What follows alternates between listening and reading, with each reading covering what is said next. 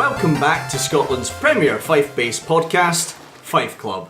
As always, the first rule of Fife Club is... Talk about Fife Club! Just talk about it, alright? Just talk about it. Okay. Oh shit, I'm actually frightened. Oh god. What have I created? Yeah, you've definitely created a monster. Why did you introduce it as day as well? Yeah. Because you usually say good evening. I actually don't. I normally say hello. Whatever. There's that. So, but most folk will listen to it during the day, I think. Yeah, why not? Maybe. I hope people listen to it. All those negative 5 people now listening to it. All those people in Somalia, Yeah. Ghana, and... Half the Somalians will be put off by my shouting. Like, oh, no, that's far too aggressive for me. If you listen to Fife Club after midnight, you turn into someone from Kelly. True story. Yeah. What happens if you pour water on somebody from Fife? Well, then they have a bath, and oh, thank you very much. That's what I'd say. Do you think they'd say thank you very much? No. Or just like, oh, you can't, you couldn't. Pretty much. I thought you were going to say they turned them into someone from Methil. Choose, depending on where you're from in Fife. You know, choose your place. I've got a rare treat for Kirkcaldians coming up later. Lovely. So, as we just heard there, please talk about us. We really want you to tell at least 2 friends this week about us. Or, if you have 5 minutes, go into iTunes and give us a quick review and a rating. Honestly, it would mean the world to us. Put it this way, if you go into iTunes and you write a review, 4 to 5 stars would be recommended. And you tell 2 other people as well. What that means is eventually our listenership will go up to the point where you can actually bail out and stop listening to us because there will be other people taking your place. Oh my god, we're like a pyramid scheme. Yep. So, that's interesting that you're trying to bribe them that way, Mark, because I was going to say, if you do give us a good rating, add in your t-shirt size, and once we get our t-shirts done, we'll send you one. Yeah, we totally will. We'll pay for that that 5-star review. Yeah, we've also made false promises before. Yeah, so take it as you will. No, we will. T-shirts are coming, guys. Yeah, We've still got a liker to give a date to Jamie as well. Yeah. they've never come forward yet. Yeah. But we could always aim for the 250. Yeah. My sister brought that up tonight. She's like, has that been rescinded so it's safe for me to like the page? Well, she's the 250th one. Oh, Jesus. Please do give us some love on iTunes, and as I say, just tell people about us, even if you don't like us. Maybe they might. Yeah. If you don't like us, why are you still listening? Well, because you're a masochist like the rest of us. That's why I'm here. Now, this week, you find us out on a wee trip. Currently, we are aboard the good ship Fife Club, and we've just sailed down the Forth, sunning ourselves in the late evening warmth. Jamie, remember that factor 50. God. That's very important. Oh god, I've forgotten it. The sun god will get you. It's a bit late, he's like a lobster already. Yeah. But yeah, it's been a really pleasant evening, hasn't it, chaps? I'd say it's been pretty good. Yeah. Pretty good. Yeah, it's been nice. Ship of fools. Yeah, fairly calm seas so far as well. It's been not too bad. I shot an albatross earlier, it'll be great. Wow. You cooking it? No. No. Oh, okay. Dave and Jamie were up the front doing I'm the king of the world. You guys always holding each other. It's so beautiful. We did spend a lot of time cuddling each other. That's an absolute fact. Very much.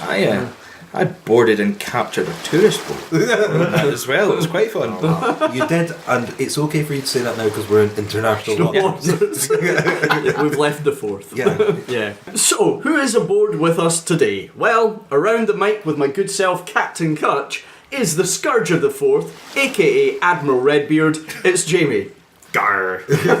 You do look, out of all 5 clubbers, you're the one that looks most like a pirate by a considerable distance. No, that's a fair point. Yeah. Across from him is a plucky helmsman, also known as the Maid of the Forth. It's Mark. Wow. I thought you were going to do something nice about my natural skill for navigation. And I was like, yeah. Actually, I hadn't thought about that, but Maid of the Fourth conjures up Mark on the rocks underneath the Forth Road Bridge, being a mermaid. Siren trying to call us in. siren trap. Just go past her. Does he look like a manatee? That's pretty cruel, man. I think I'm more like a shit old Greg. I'm old Greg. Never drank berries from a shop. I just on the old Greg thing. I once sent Justice a text out of context saying, "Do you want to come to a party where people wheel at each other?" And then he showed it to everyone around work. Look what Jamie sent me. What a dickhead. So finally, rescued from a week of prostitution on Leith Docks, Rub-a-dub-dub, it's the cabin boy who has had his fill of seamen. Take that how you will. It's James. Please, I need proper food. Oh, I'm dear. all greasy and full of shame. You should see the size of his porthole. You don't hate burning that much, do you? I'm allowed to say stuff like that. It's right, I'm not doing the show anymore. This is great. Not the heavies. Yeah, until they bring the show back again, and I was like, yeah, go Hips. And I'm allowed to say derogatory things about you now you do not hold my UFC ticket. So take that, you can. Never saw someone falling so high as a hero and then falling so hard. As soon as we cross the threshold at the arena. James, you're a cunt. Literally within those 2 seconds of stopping through, it was like, right, we're in. You're a cunt. And walked on. It was even. Speaking of the use of the C word, Jamie, yeah. that video that I put on Twitter that I can't remember who found of the man calling a sheep a cunt. Honestly, it's absolutely magnificent. That is proper like Highland road rage, isn't it? He just gets raging at the sheep that's crossing his road. The other one that's actually quite funny is Pretty sure it was like a DHL driver, isn't it? Yeah. There's another one. I don't like to praise Australians. I think we all know that. That's one of the rules of Fife Club. We just don't like you Australians. It's our only bit of genuine racism. We just hate Australians. No, I'm just going to come in on that. I quite like the Melbourne bunch anyway. I will say also I like the native Aboriginal people. They're a fine lot. I've got family that's in Australia as well. So. Are they Aboriginal? No, Then I can't. Wags. Sorry, James. They're actually Fifers. Oh, alright. Oh well, how do we? Let's roll back on that. But there's one where there's an Australian guy who's got Maybe he was a born collection with of it. Maybe he goats. was Theresa May. And is it goats or sheep? I can't remember now, but he keeps calling one of them a cunt. Is it It's a called goat? Kevin the goat, yeah. That's actually quite funny as well. He's trying to like feed them. Yeah. Keep barging in. We should maybe get that up on the Fife Club page next week. It is a good one. Yeah. So how are we all? We're alright. Yeah, doing fine. Why not? Good week, yeah. So, son of us, just doing a bit of fishing out here on the yard arm. Well, That's a nautical term, right? Yeah. Off to starboard side. Yeah. Yeah. I'm actually interested into like what boat do you imagine we're in? Because I'm thinking. What do you mean? Imagine? Oh, We're in sorry. a boat. Yeah, well, yeah, obviously. I'm imagining an old school galleon. Oh, I was just thinking maybe like a 32 foot like mallard yacht thing. Just cruising our way. I don't know what that is. Is that a floating gin palace? Yeah. Yeah. Right, fair enough. Yeah. Just a nice big yacht for a couple of lads having a sail. I was thinking of a condensed Viking longboat. That's like a thing up at the up north, the boat Vista pub. Yeah. Where is it? Near Fort William. Well, not far from Fort, like 20 minutes from Fort William. There's one that's It's at the loch. Not the loch. Well, it isn't a loch. There's it's the one loch. that's in Loch Gilphead, possibly. I can't remember. It's another around one. that way. It's down. Another one, It's yeah. down like the Campbelltown It's Peninsula. It's not even a great pub. Yeah. but it's a boat. Well, it's a pub. Yeah. Oh, I mean, it's it's quite incredible. It's, the one I'm thinking. there's not even any windows. It doesn't matter. They're in a boat. The one I'm thinking about is a seafood restaurant that's on a boat. Oh no. Oh, there's one down Leaf like that. Yeah. There's also in London there's the Tattersall Castle, which is a pub on a boat. It's fucking terrible. Oh really? That's about all I have really to say about it. Fair enough. Disappointment. Anyway, So anyway, I think it looks like the weather's about to turn. So I think we should probably just move on down into the cabin where it'll be just a little bit cozier. I think so. yeah. Cool. And So- Jamie can read the socials. Yeah, we'll do that in a moment. So we'll Oh. just Can't make just our way. plan this. We'll just make our way down into the cabin now. Yeah. Okay. Ow! Well, it's clearly, Banged my head. clearly not me that's banged my head, is it? Yeah, because I'm short. So if you don't know that. Did anyone bring any rum? Go down really nicely. Yeah, we've got some rumble. We'll get that out in a minute. Because I always think that we're the sort of people that would be on a boat. We wouldn't be upstairs with the captain all dressed up at the top table. We'd be downstairs with the fiddle music and then drinking rum out of a jug. You say we're Leonardo DiCaprio. Yeah, very, very much. I think I've told a story before in Fight Club, but going round with Royal Yacht Britannia, and they had a thing about Lady Diana, and it was like Lady Diana didn't just hang out with the officers in the officers' mess. She also like going below decks with all the men there. There's a picture of her like just surrounded by all these sailors. I bet she did. She had a great time. R.I.P. Yeah. Yeah, she also liked to die in a tunnel. What?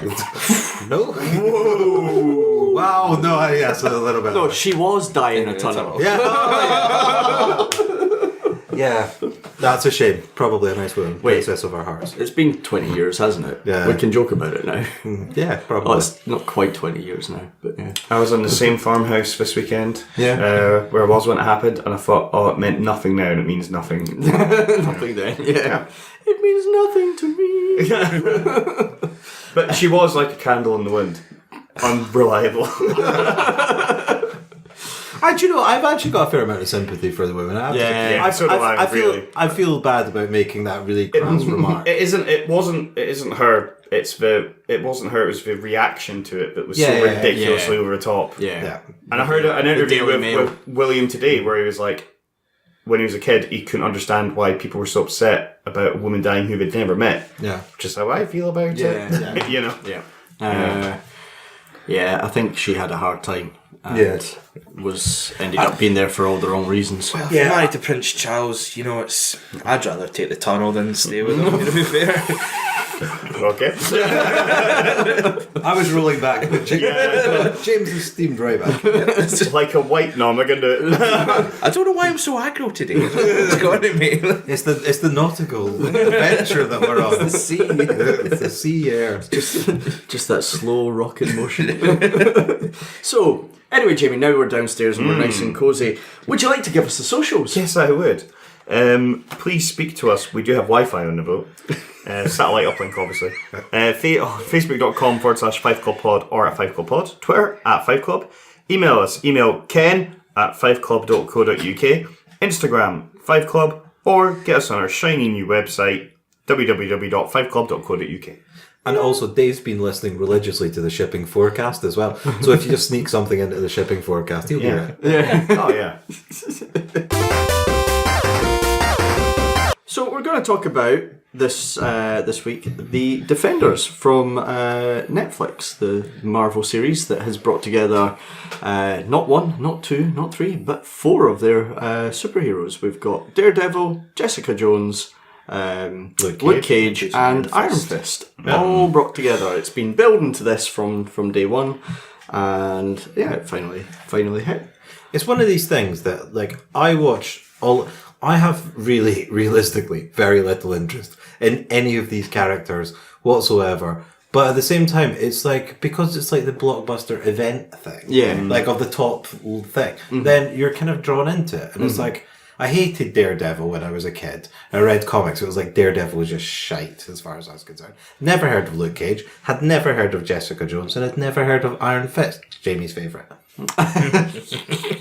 See, like, Daredevil probably he is the headline act in that, and that's why he's kicked it all off. Well, he's been around. Iron Fist's been around for a long time. Iron Fist and Luke Cage. I mean, I'm surprised you've not heard of Luke Cage, because he's a fairly, like, in the sort of the beeline of Marvel heroes. He's fairly sort of popular and famous, but then again, I suppose you weren't a black kid.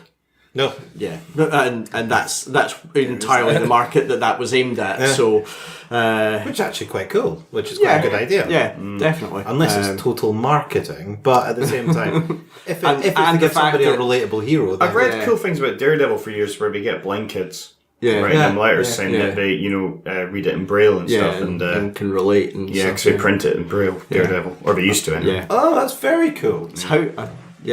It must be really descriptive. Has to. It'll be like audio description, but for it's kind of cool. But Jessica Jones, I'm not surprised, because she was actually from, was it Max Comics, I think, originally, which was a Marvel subprint. She's got such a big backstory as well. It was much more of an adult themed story, so never really much gelled with the whole Marvel universe, but sort of later on kind of has done and came. But she's one of the street level people, like the rest of the characters. Like the rest of it. She's also got a really horrific backstory. I mean, they kind of covered it in the series, but the books themselves are really intense, graphic. That's the tortured by David Tennant. Yeah, the Purple Man. Jessica. That's so his character is called the Purple Man, and in the comic books he's quite literally purple.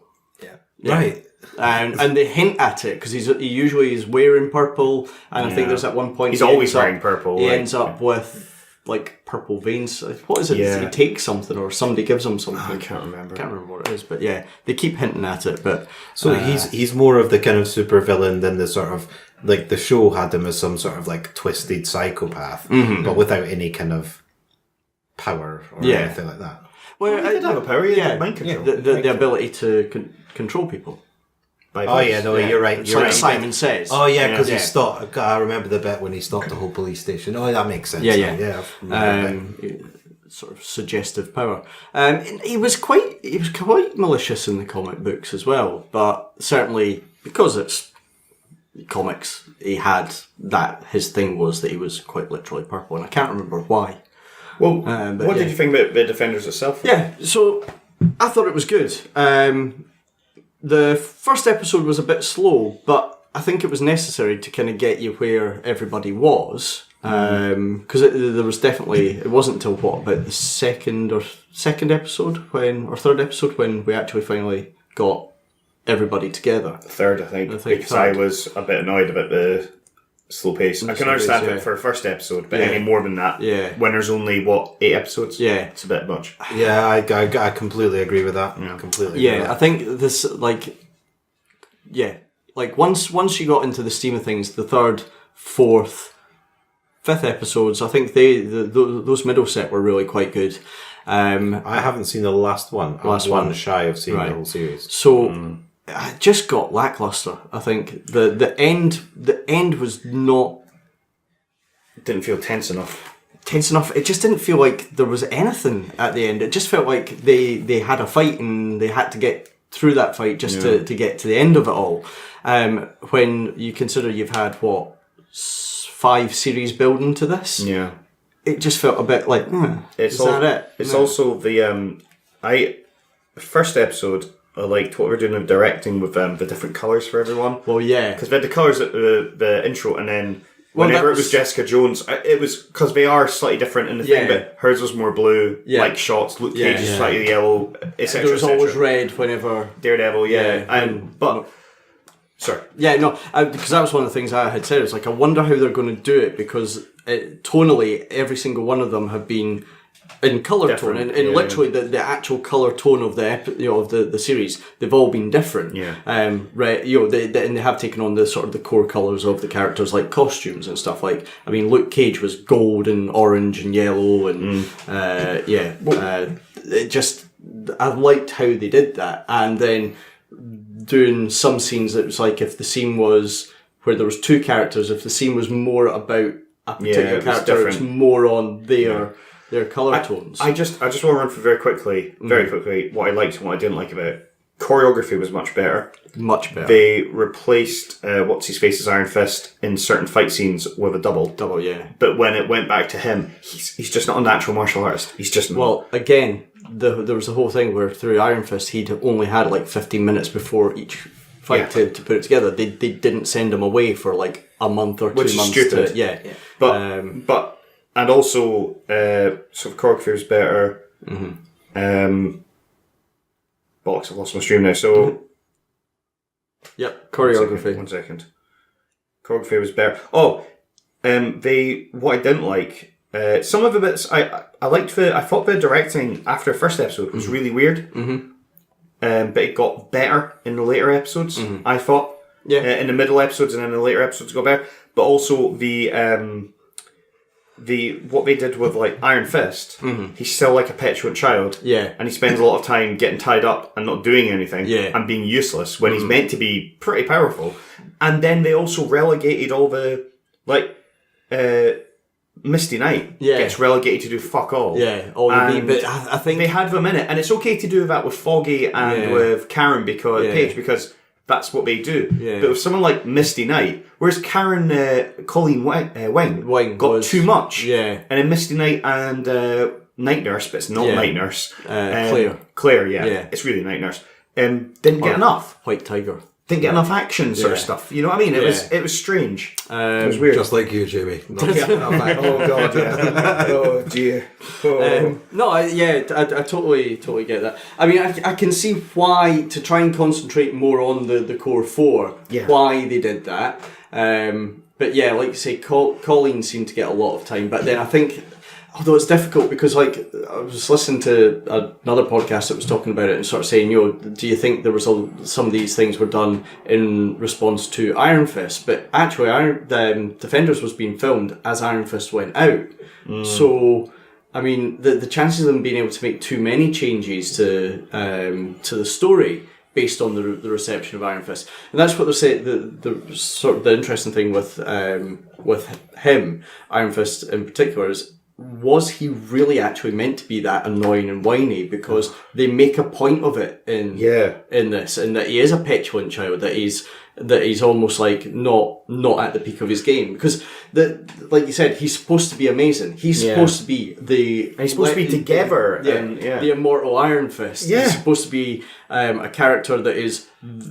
His name is the Kung Fu Master in the comic books. So the Kung Fu Master gets owned by Daredevil, who has been trained in the same style, but third hand doesn't have a fire hand. And doesn't have a fire hand, and he owns him. So it's like, what are they doing with that? Is there a point to that? Because it's kind of seems that there might be. Is it like this is a character that's to grow? But I think that's true as well, because I think, like, looking at them, I just, on one of the two of the things you said, I do wonder if, like, when they were making the Iron Fist, like, as they were making it, they probably went Colleen Wing, because the actress that plays Colleen Wing is really good. She's much better than the guy that does totally. Iron Fist. Totally. So I do wonder if they were just like, actually, the actress is so good that we maybe need to give her more of a platform. So I wonder if that was happening. In terms of I thought the pacing was terrible as well. It was like,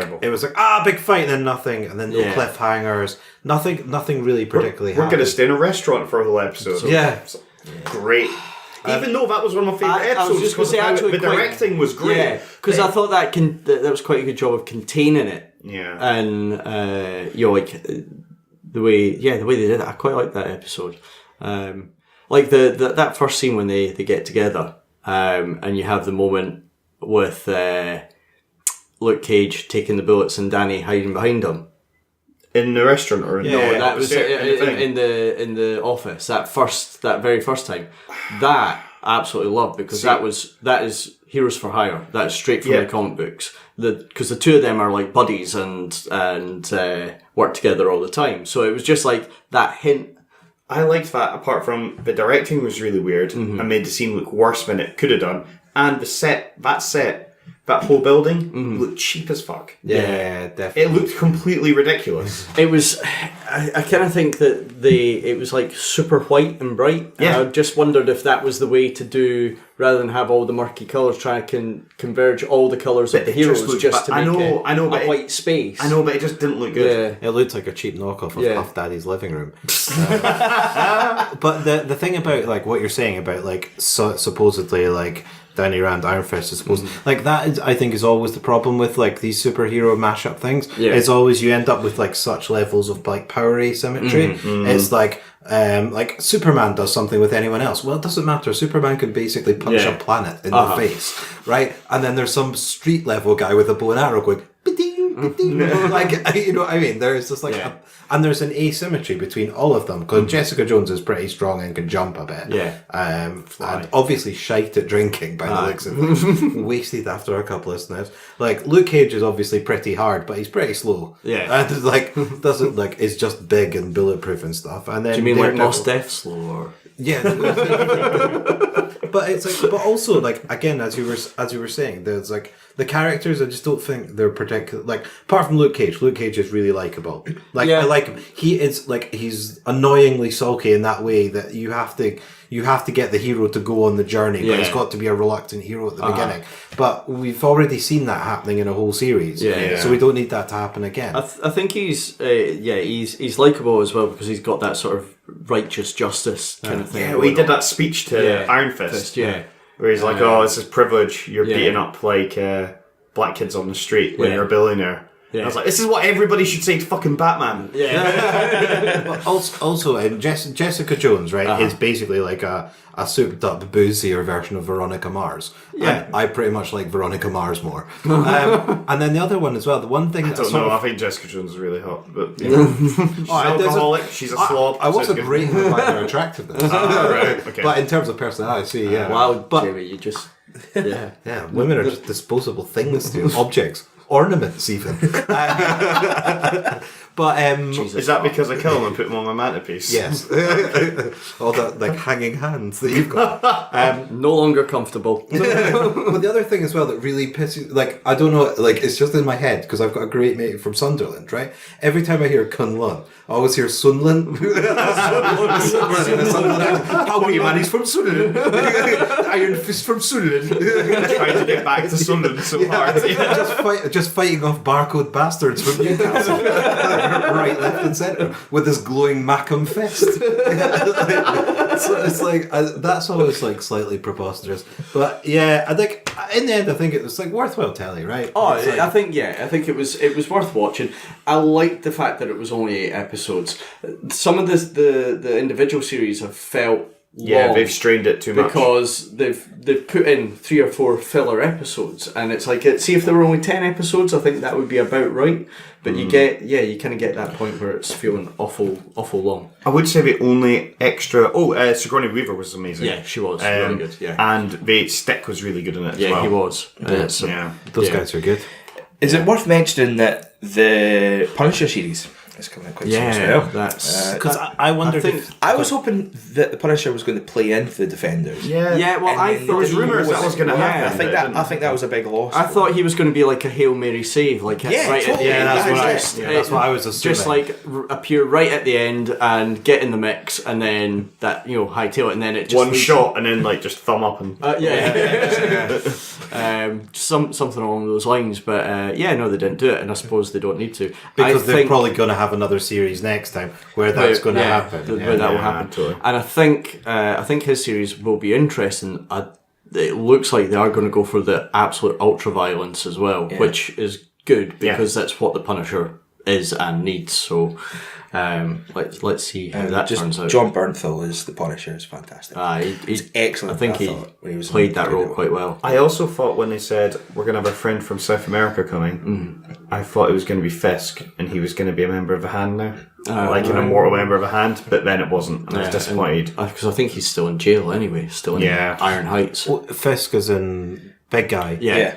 From Vincent, Kingpin. Vincent Vincent D'Onofrio. Kingpin, yeah. He was amazing. Yeah, he was the best he's- thing about Daredevil. But Yeah. I can Oh, conjure yeah. my- Oh yeah, definitely. Yeah, like I genuinely like. Actually, he's one of the best baddies I've ever seen Yeah. in anything. It was incredible, wasn't it? It's There was like proper depth. Yeah, he was good. I did quite like Kilgrave and Jessica Jones as well. I wish there was more time with that story though. They sort of killed him off at the end of that season. Well, this story's basically, he's in the next series. How he's in it, it might be in her head. Might be in her head, or it might be like a collective consciousness of anybody that's been with him. The other thing is he has come back from the dead in the comic books before, so what comic book people coming back from the dead? The ultimate get out. But yeah, so that's JC Zero Beat. It's it was good and thoroughly enjoyed it. Yeah. Fair enough. Good. I would say it's better than Iron Fist, not as good as Luke Cage. Yeah. And then you've got Jessica Jones and then you've got Daredevil. Yeah. I don't know. I couldn't rate Season 2 Daredevil, I think, was... Well, that was poor. I liked that. For me, it's season 1 Daredevil, season 2 Daredevil and Jessica Jones are joint. Actually, no, Jessica Jones is probably above that.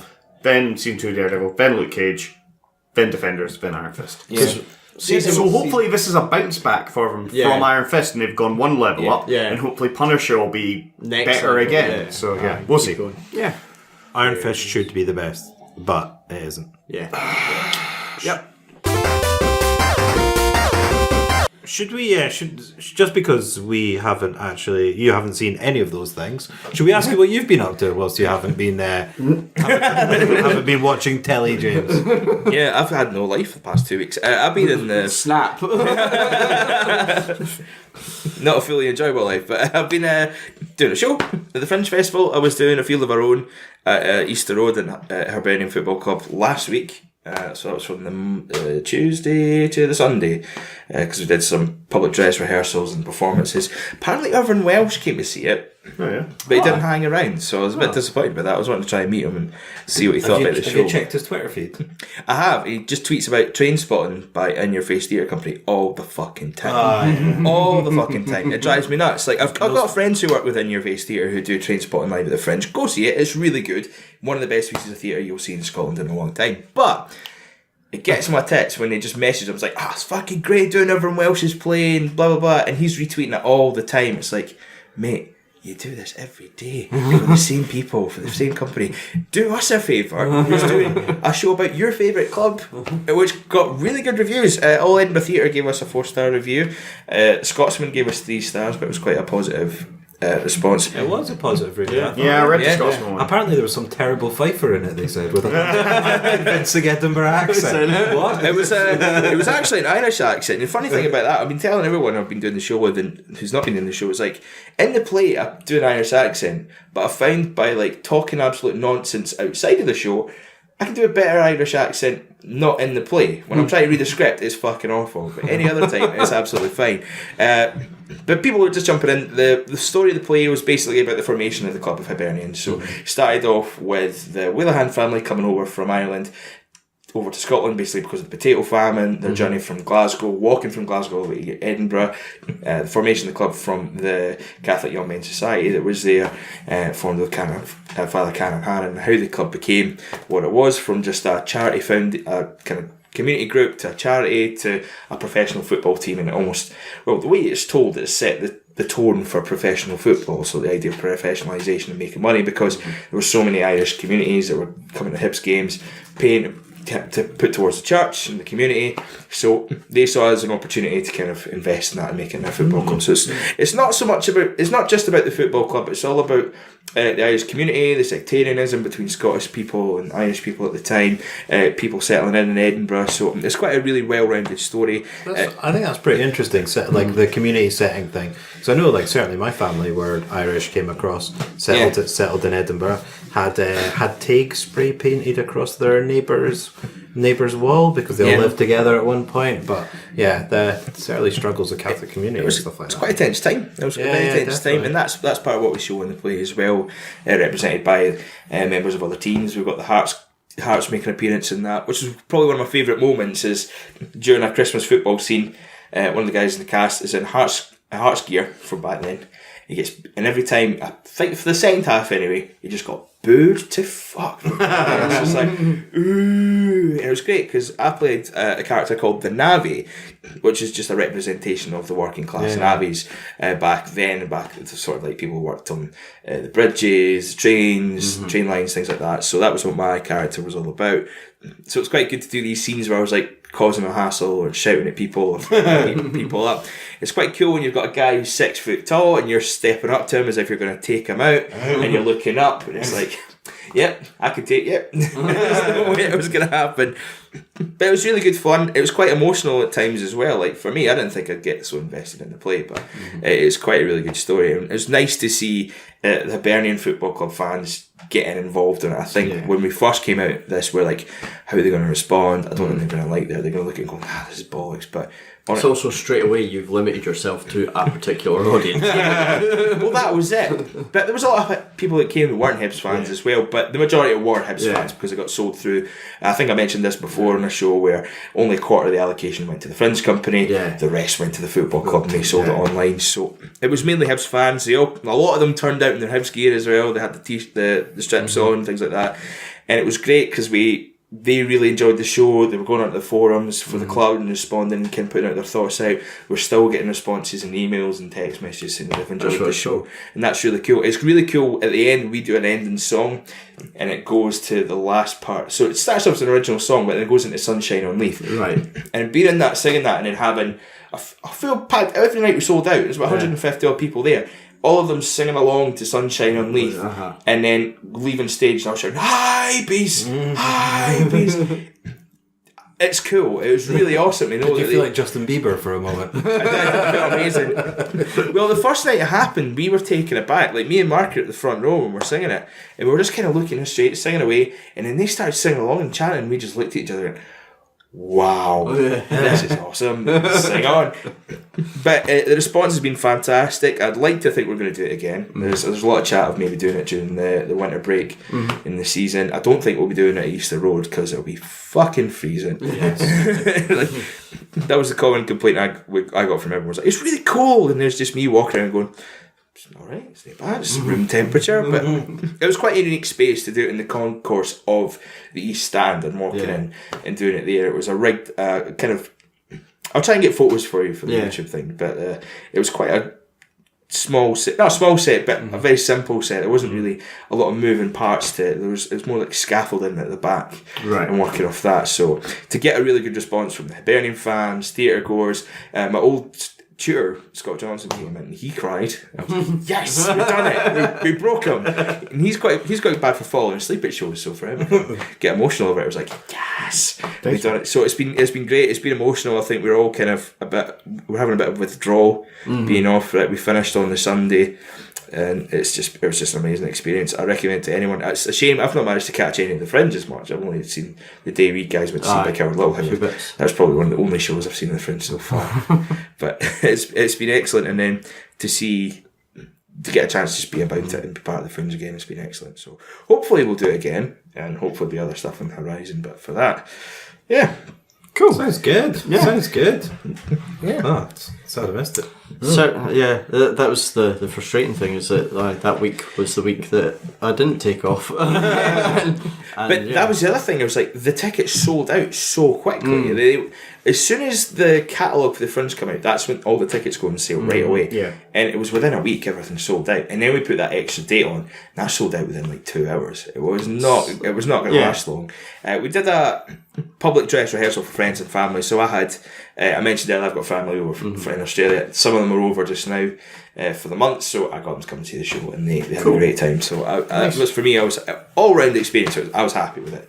Excellent. I mean, if they ever do one about Dunfermline, I'll be all about it. But they didn't. They wouldn't do it, so fuck it. I'm just going to take this Hibs on instead. And it would just be about how they're shite. So. I know. And state bridies. Yeah. I'll just get Jim Leishman just to stand there. Not do anything. Read some of his poetry. Yeah. I guess speaking of Fife and doing like the obligatory like Fife related thing, that Jim Leishman leads us into something, and reviews that ties us in. I'm actually going to do a restaurant review. What? Wow. I know. Not only is it a restaurant review, but it's a restaurant review. Well, it's a review of a restaurant in Kirkcaldy. I can hear Max spitting at us I know, already. this is already starting on a bad note. Look, guys, I know what you're thinking. A restaurant in Kirkcaldy. Yeah, what? Really? I'm surprised it hasn't burnt down, right? Well, I know.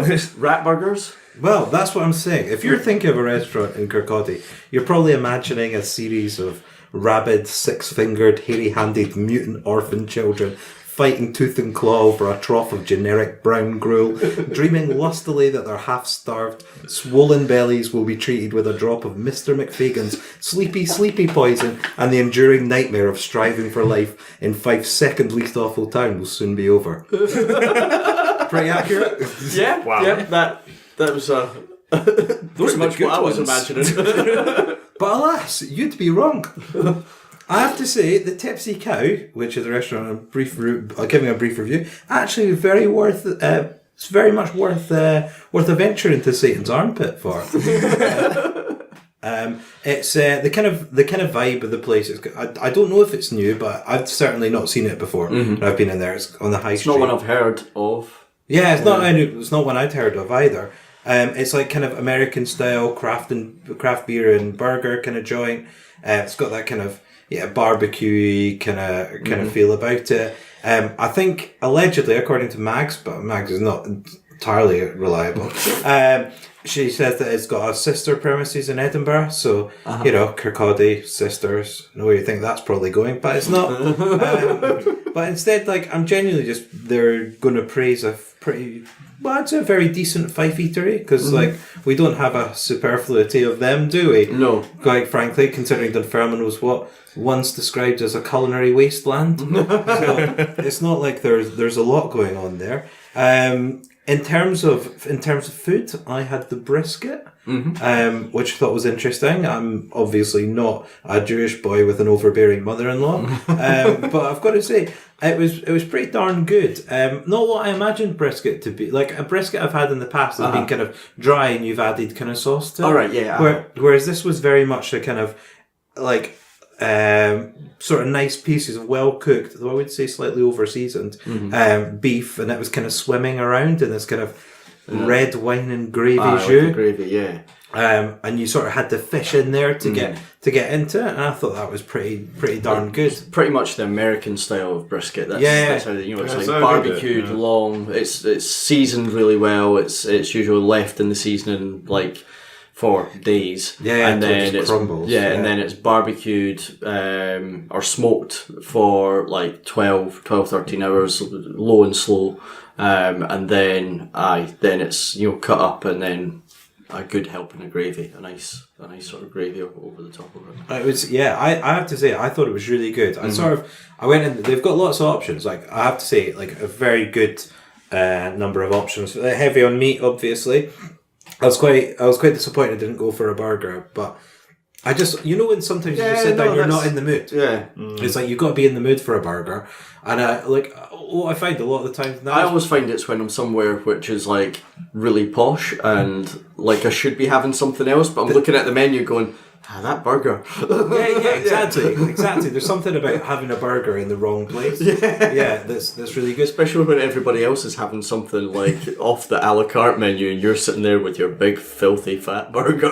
It's like, But also, like burgers nowadays, right? Every time you go for a burger in a place, it's always like ridiculously big. Yeah. As well these days. I get to the point you where have to. You can't eat it with your hands anymore. Yeah, you can't. There's no need. Like genuinely, restaurateurs of the world. Not that everyone's listening, but honestly, if you make a normal sized burger that is delicious, that is worth like 1 million giant sized average burgers. Yeah, totally. If you know what I mean, like, and There's some out there with some of the combinations I do quite enjoy, like when you're sticking in a bit of black pudding or something like that, and it does end up making it huge, but there's a payoff. I think sometimes just a good A good burger. There's a burger stand in Edinburgh during the Fringe, which is really good for that. They have a big nice burger with a bit of bacon and some haggis with some cheese over the top. I need to remember. It's called a Highlander. I remember that. And it was lovely. It was really good. Whataburger used to be really good at the Fringe, but they shut down. Well, one of our places shut down anyway. The main one. Yeah. I'm going to challenge the fact that I don't think bacon has a place on a burger. I can understand that. I like it, but I can. No, it's a nice little salty, smoky payoff. Gives that. Do you think? Yeah. I'm pretty strong on no bacon on the burger. What about blue cheese? Oh yeah, blue cheese is delicious on a burger. In the burger. Yeah, absolutely. Blue cheese stuffed burgers. That moment when you just bite into it and it just starts spewing. So I'll kind of conclude my review by saying my mum had the fish and chips. Claimed it was amongst the best fish and chips she'd ever had. Wow. And I tried it, and I have to say I thought it was very good. I still think the Old Chain Pier. Is it the Old Chain Pier? Yeah, in Edinburgh. I still think it's got the edge for me. But it was really good. Didn't have any of the drinks because I was driving, so that was a bit of a shame. So I didn't actually get to see what beers were on there. The one thing I would say is portions were absolutely enormous. Like 2 people easily share one tray. Do you hear that word that I said there? I said the word tray. What should food not be served on? It should be a plate. It should be a plate. Absolutely. Like, unless you're some kind of southern, like, rib shack or something like that. Like in Louisiana, you're sitting outside, like, trying to fight off flies or something like that as these giant sticky ribs come down. There's no need for a tray. But anyway, I have to say, it was good. Like trays.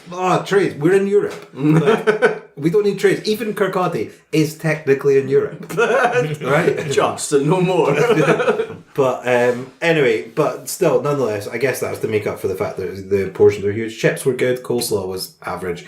Nobody seems to get coleslaw right. That I would say. But anyway, I'd be well keen on a return visit, and I'd sort of conclude by giving it a 4 out of 5 Carnegie rating. They'll kill over unionised workers.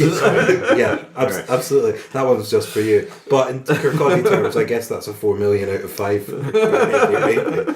So, but anyway, yeah, definitely. Is that because they're counting it on all their fingers? Yeah.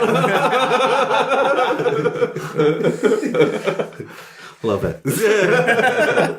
There you go. If anyone ever wants to take me out, I'll do more restaurant reviews. 4 of Adam Smith's pins. Yeah. I was just going to say, if anybody wants to take you out, don't say that when you've just slagged off Kirkcaldyites. Yeah. They might actually take you out. Yeah. That's probably true.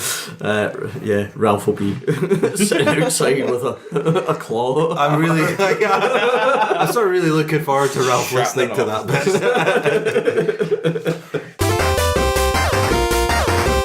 There's a big thing happening on Saturday night. A freak show. Yeah. That's really about it, isn't it? It's Jesse Owens racing a horse, isn't it? Yeah. Or Remember Michael Phelps racing. So disappointing. Remember again, just to point out, way back, right at the start on our first Fantasy Fight Club, when you put Mayweather versus McGregor because it will never happen. Yeah. Yeah. Look where we are now. Wow, how things have changed in that short period of time. It's not me that's crazy, it's the world. Yeah. 27, There were some 24 episodes later. to think that you would say not a lot of people listen to this show, but I'd imagine Dana White and the people at Showtime did. Jamie's got a Espinosa point just here. sitting there with a cigar. This guy's got it. He's got the right idea. I'm not going to pay him for it. I'm not even going to say it's his idea, but I'm going to put it together. So yeah, what do we think?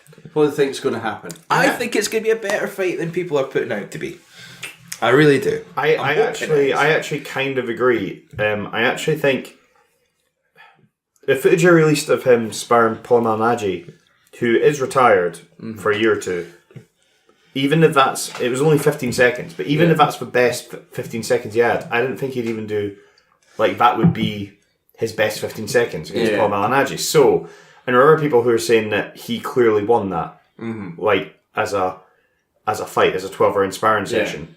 And I think it'll be more interesting than I initially thought it was going to be, but I'll tell you what, actually, John Kavanagh, Conor McGregor's head coach, I was listening to an interview of him just yesterday, and he was saying, all these boxing people think that we're going to get absolutely destroyed, and we think we're going to knock out Floyd Mayweather. Mm-hmm. So one of us is living in a delusion. Yeah. And which one we're going to find out on Saturday night. Now, John Kavanagh has forgotten more about combat sports, 100 times more than I'll ever know about combat sports. Yeah.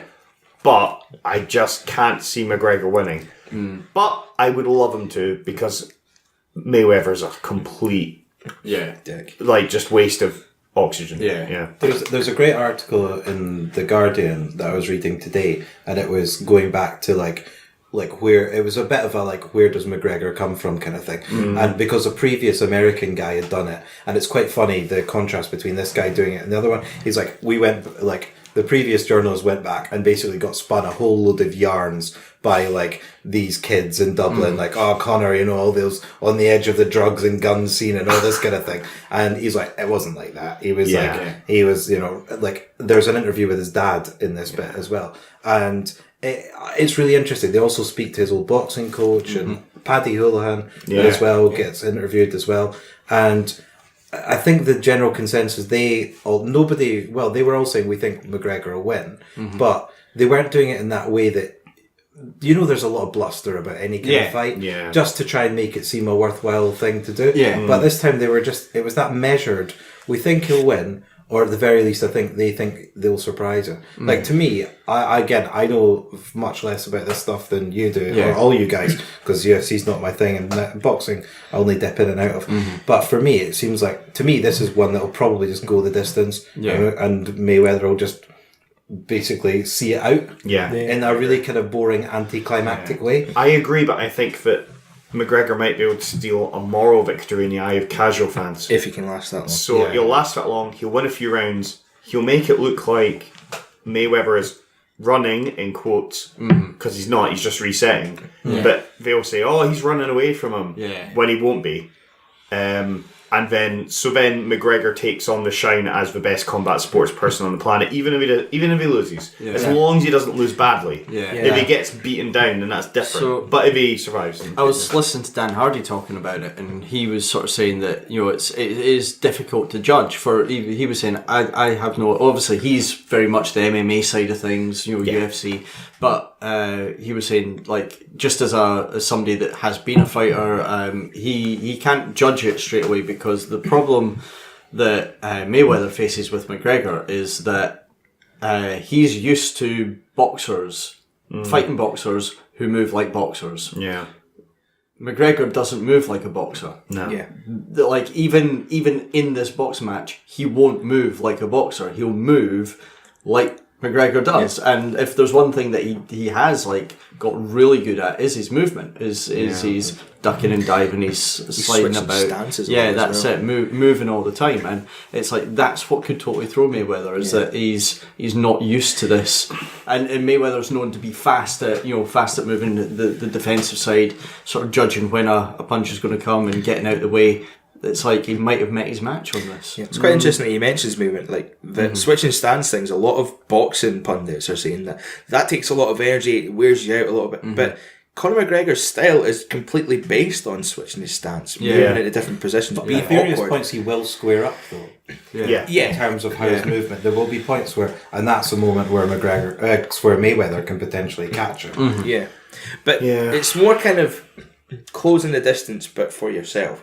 Because McGregor's always gonna have that range and positioning, so he needs to kind of close the gap. Because Mayweather's an excellent defensive boxer. He'll find if you kind of run at him, he's going to go out of the way and he's going to take a few shots with it. So that's the tricky part with McGregor. So the first few rounds are going to be a chess match. I don't think people are going to expect that, but I reckon that it's going to be a very kind of tight chess match for the first few rounds. You won't see a total scrap right away, I don't reckon. I think there's going to be a lot of kind of fighting for position, kind of figuring each other out. But then it's interesting because some others that I've heard talking about it have said that they reckon McGregor might just come out straight away and try something. That'd be straight in with a big left hand. Just to try it, and then if it doesn't work, then reset. I certainly think But he'll the try problem and with give... that is it's the energy expenditure. Exactly. And It's he a 12-round fight. It's a He huge does difference. not have a big tank. No, he doesn't have a big tank in 5-round MMA fights. No, Never he's- mind yeah. 12-round boxing Well, you fights, think which about is the first time- completely different muscle groups Well, you think from that's what it. he's used to working. Well, you think about the first time he fought Nate Diaz, he tried to knock him out right away, Yeah. and then he was fucked, Yeah. and then he got choked out. And that was, a lot of people slag him off for that, but it's like, no, he put his hands up and said he didn't use his energy wisely. And then it the showed in second time, it was much more measured, and you could tell that he watched how Diaz Yeah. fought, and there was Yeah. definitely a lot more still tactics. gassed So a wee bit, again, you'd hope that he goes in with the same sort of I'd action. give him. It's the biggest fight of his life, isn't it? Yeah, I've been telling everyone he's got 4 rounds to win it. If Mm. he can't win it in 4 rounds, then Mayweather's going to drag it out. Well, I see. I've got one. My one final point on this is I wonder if there's a psychology aspect of like hubris with Mayweather in this, because Mayweather, like everybody knows, Mayweather's a great defensive boxer, yeah. blah blah blah. But you know what Mayweather's never really done is put on a show Yeah. of anything beyond the defensive school, right? Yeah. So what if Mayweather decides that this is his last fight? So he might go a bit further on the offensive. That's what I think will happen. He thinks there's an amateur in front of him. Exactly. He gets to Yep. put on a show. Yeah. It's his ring. He gets to put on a show, and that is the potential moment where he might get slightly unstuck. Like that to me is Conor McGregor's only chance. I think that might happen at some point. That's something I've been thinking as well. I think you're spot on. I will just say lastly that I think the speed difference, even with Mayweather, is going to be huge because Mayweather is going to be so much faster still. Yeah. And I think McGregor will try and keep it on the outside as much as possible or in the clinch, because boxing guys are good at clinch, but they're not as good at clinching as MMA guys are. However, a lot of MMA clinching is round the head, and a lot of boxing refs won't like that. So we'll see how they do that. But I think it'll be keep on the outside as soon as Mayweather comes into range, clinch up with him, and then try and throw him off, and then you're back at range again. I think that's what he's going to try and do. Yeah. It'll be interesting. Nobody sees a McGregor victory then. I see if he can. it's just I would love it. Very likely it's going to be Mayweather. I just think it's so unlikely, but I'd love to be proved wrong. Yeah. I would love to be. I mean, the fight's happening. I don't think it was going to happen. So Yeah. take my betting advice as you will, listeners.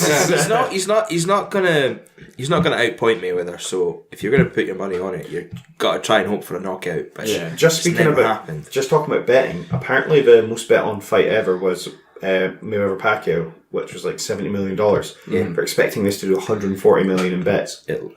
It's done. Apparently, I think it might have even surpassed 70 million already in bets. Because surely everyone sees a massive outsider in McGregor and things. Yeah. There's no harm in lumping a massive chunk. Well, his Yeah, odds or have even come just down quite a bit how many as well. people put a cheeky 20 quid in McGregor? Yeah. Because Yeah, if exactly. it does happen, bookies are going to be fucked. But it's more likely bookies are going to be running away with everybody's money. Yeah. Yeah. Fair enough. Right. So, guys, it's getting a little bit choppy in here, isn't it? It is. Yeah. I've got my sou'wester on. Yeah. I don't feel too great. Can we stop off? I was look probably like cheesecake. I look like I'm about to go on an adventure with Doc Brown. Wow. Damn. Oh, I love it. Well, I think I'm just going to pop my head up and see what's going on out there. What's happening, Coach? Well, I'll tell you what, that rain's fairly battering down. I think the anchor might have come through as well. I think we're kind of floating free at the moment. Mark, could you take the helm while I go check up front, see what's going on? Absolutely. Yep, got the helm. Excellent hand gestures. Yeah, This lovely. is safe. Yeah, it's good. I think we're all safe here. This Yeah. is totally safe. It's in good. his hand. Do you know what happened the last time we got shipwrecked? I felt really hungover the next day. Oh, for fuck's sake, not again! Guys, rocks ahead! Strap in! The rocks, Please let him Rocks ahead. the rocks ahead.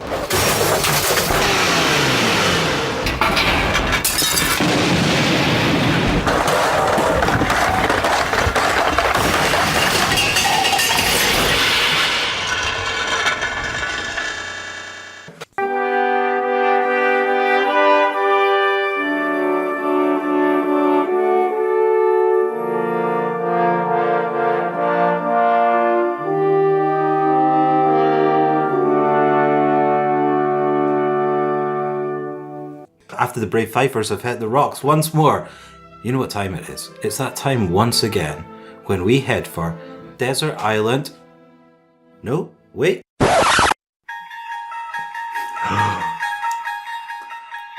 The Twilight Zone. Yes, this week we're not at the Desert Island decks, we're at Desert Island decks. Somehow we've managed to stumble across an entire island made of dessert. I've got my dick in a dessert. What about you guys? American Pie was made about you. Warm apple pie. Yeah, so fucking hell, guys.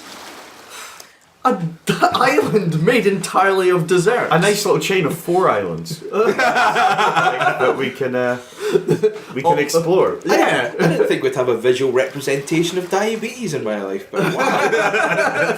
It's like one of those every time I look in the mirror. So yeah, it's interesting that we've ended up on a desert island. It's amazing the wordplay involved. Such a big leap and jump there for us. I mean, those 7-Up C's are massive. We've all smoked salvia. Note to listeners. Shit is got pretty weird. I mean, like right now, I've stumbled my way off the ship, guys. And do you know what I found? I'm on an island made of mint flavoured Viennetta. Holy shit! Wow. See, I've just been washed up on a shore of what looks like crumble from the top of an apple crumble.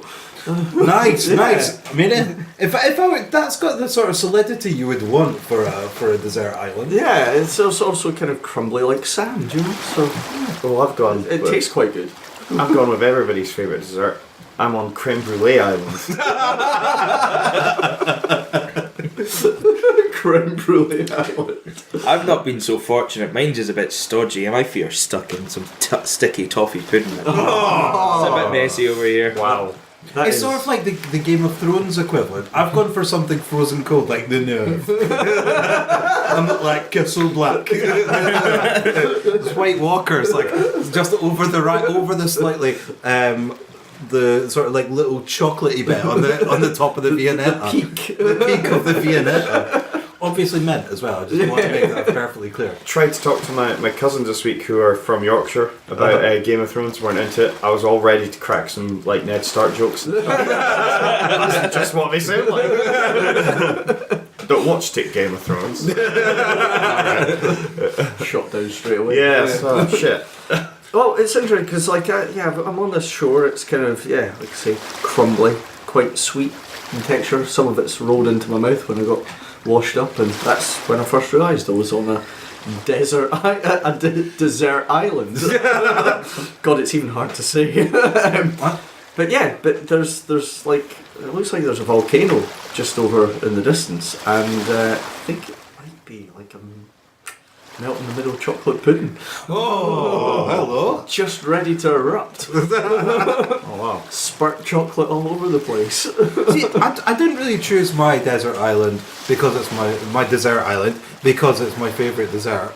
And it's not really probably particularly comfortable to live on either. Living on a giant Viennetta is probably a harsh way to do it. I've got like one of those, like, you know, those science stations at like the South Pole and things like that. I'm basically not allowed to pull my custard chucker out and have a pee outside just in case I freeze my tit.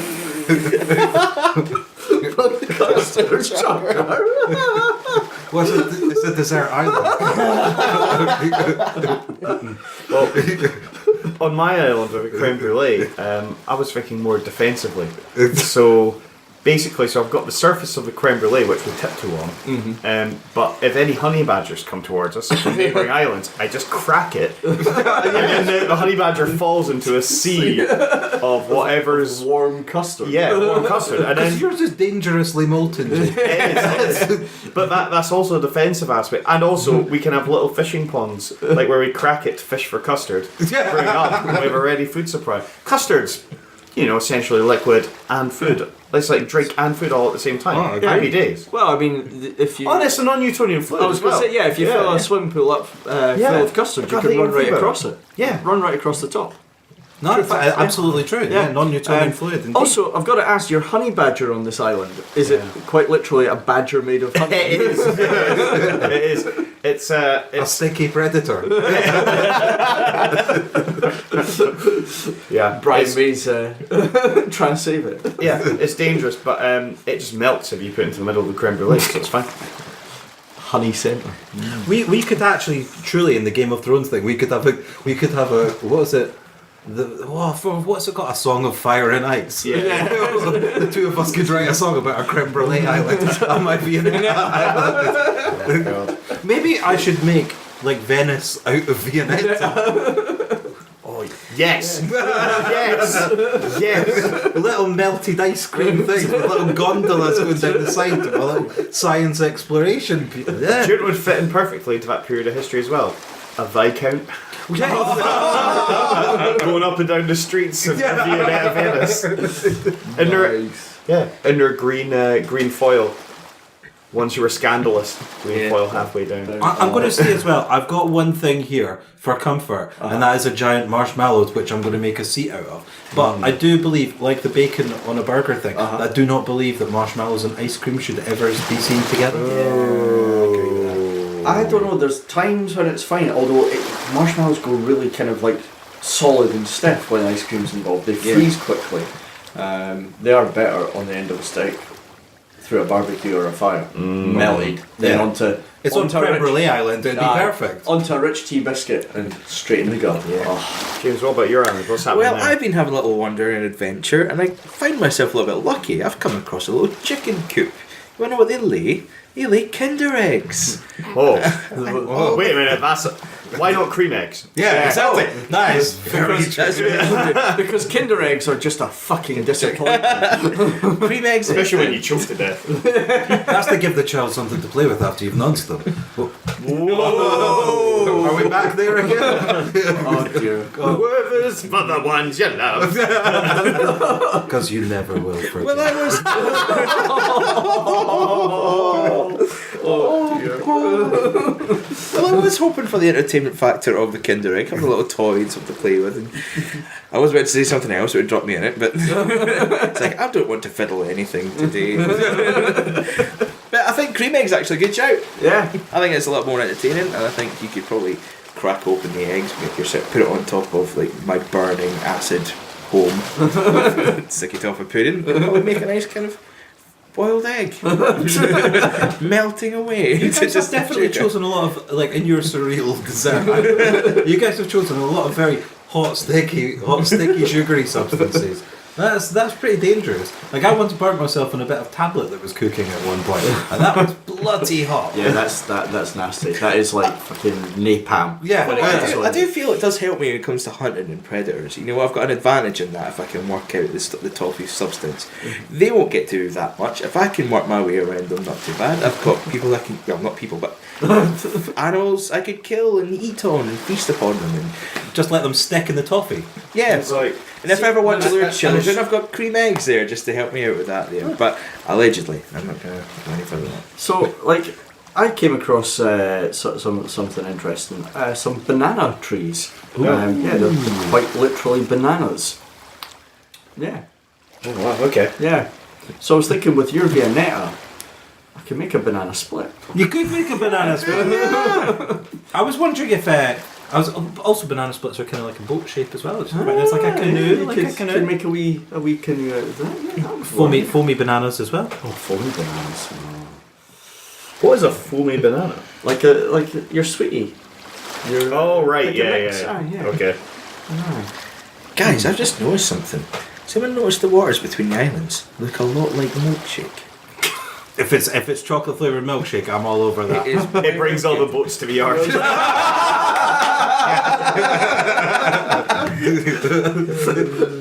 Oh my god, it's funny how we were in like the North Sea 1 minute and now suddenly, surrounded by chocolate season. I have to say, of all the desserts in the world, that one of the simplest and one of the the most disappointing when it's done wrongly is the crumble. Yeah, Yeah. it can be done really Yeah, poorly. I'm It not. can be too crumbly. Uh-huh. It can be like bits instead of together as a. You know what I mean? So I had the flatmate who I'm not going to name any names, but if Phil's listening, Phil will fucking know what I'm talking about. Happy birthday, Phil, as well. Yeah. Oh, happy Yeah, birthday to birthday. Phil! Yeah, indeed.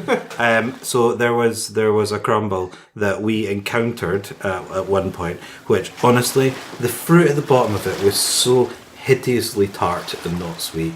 And the crumble, you basically, if you sneezed, the entire crumble would just go away like sawdust. Oh, it's the most disappointing crumble I've ever seen in my life. I still have nightmares about it, to be perfectly honest.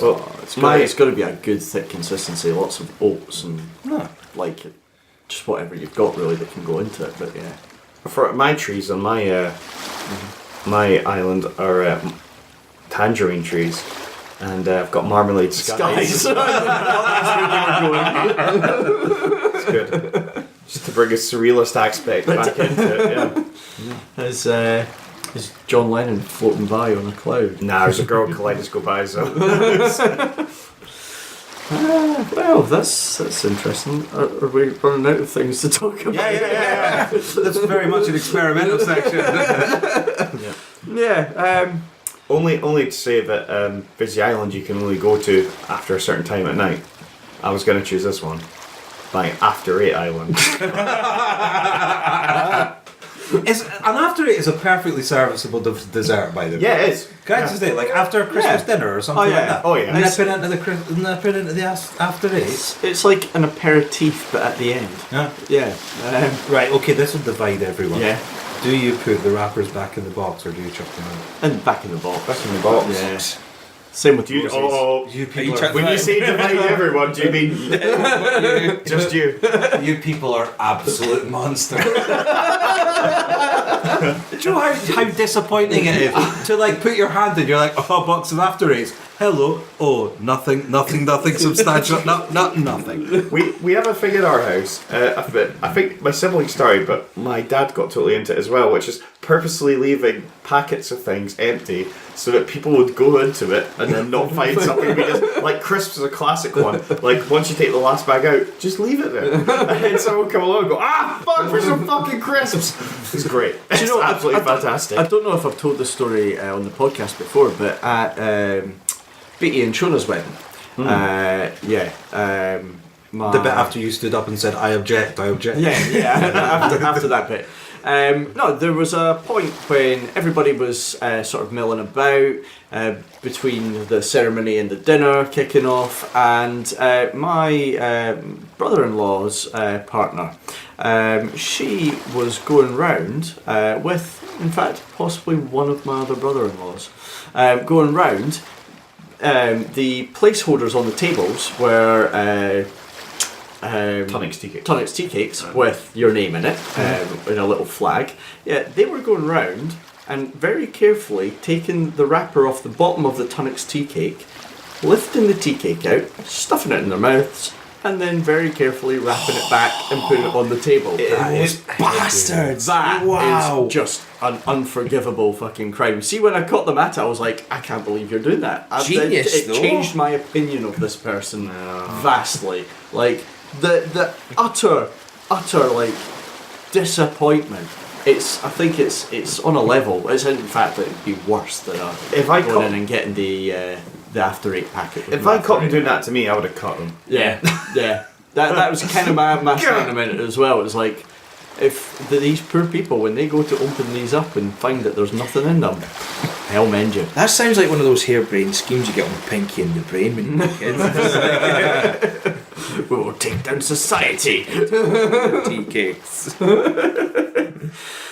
Tea cake. What would you could use that as like a comfy kind of Let's go that mallow. sofa Yeah. type thing. I think tea cakes could act as like floating lighthouses. They've got the right consistency where they're solid enough yet light enough. And they've got a shiny wrapper with the red and the white. Yeah. You can turn it and stuff like that. Yeah, no, definitely. That'd be like the Northern Lights. All I'm saying is, you guys are crashing into my island because I'm eating all my tea cakes. Even if they're the size of lighthouses, I'll be all over that. Do love a tea cake. Great value. Maybe a tea cake with a caramel wafer jammed into it as a lighthouse. Do you know that often On top of a 4-finger Kit Kat, a giant 4-finger Kit Kat, because there's your raft. That's a good point. I thought you were about to start making an Eiffel Tower out of them or something. I'd say that is pretty good. But do you know what's often underrated, and I will give a shout out to right now, is the caramel log. Much underrated. The wafer gets a lot of props. Yeah, but the caramel log. Caramel log does. Yeah. Another label. Another sweet I never think gets enough praise is a Caramac. It's very light. Caramac. You can only have one because any more than that's too much.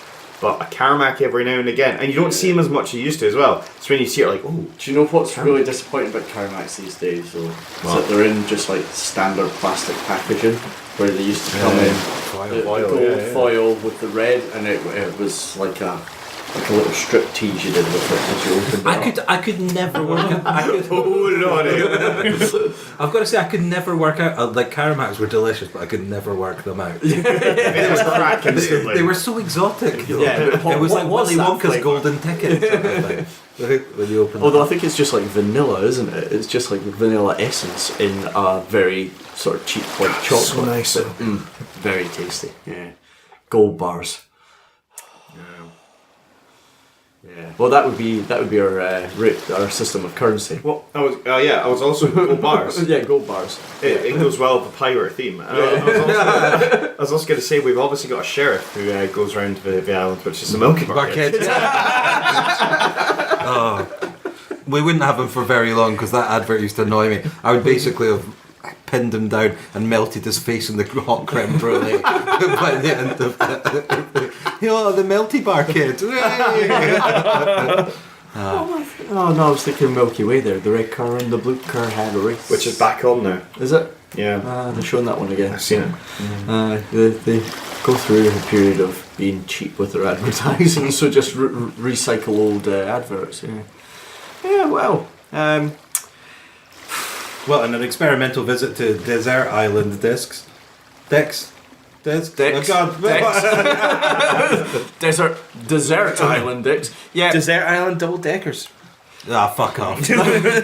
Get them to fuck. I'm going to go and hollow out one of these banana trees and make myself a canoe so I can try and get back somehow to home. Fuck knows how. Maybe the salvia will wear off at some point.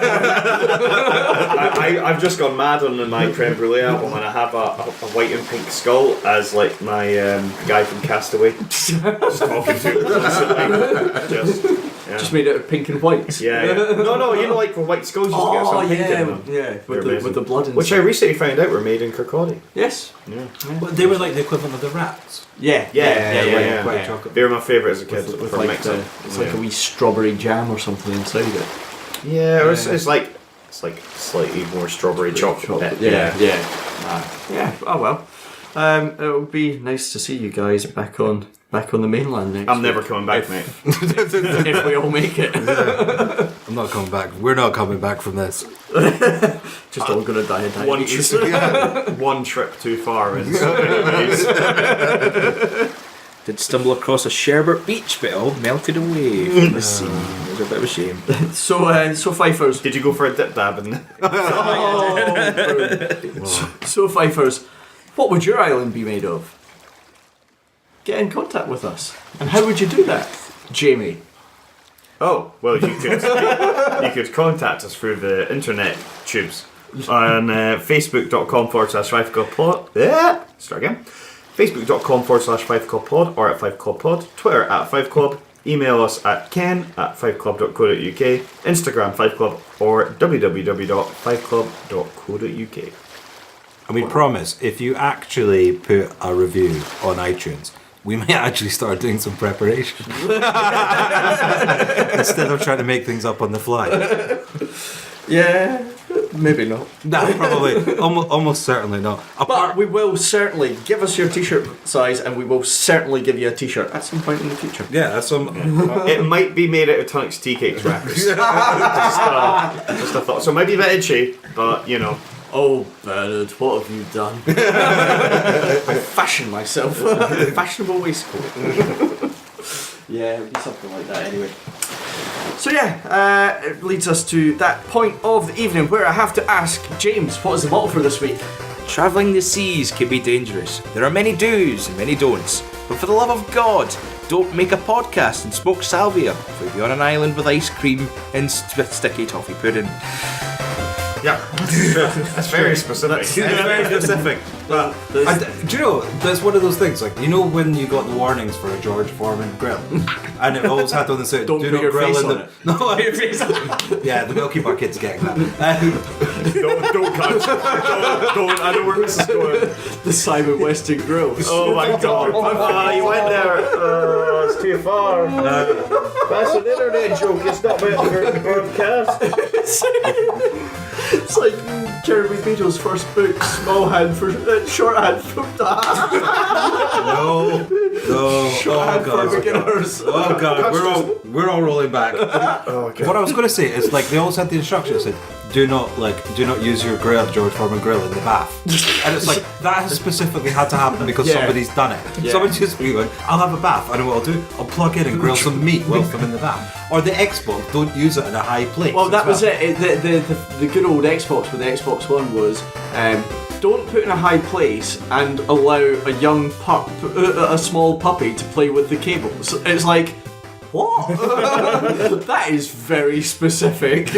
Which one of your testers had a dog that died? Yeah. But yeah, no, I think that's sage way advice, and it's time to say goodnight. Now, Good night, everyone. gar.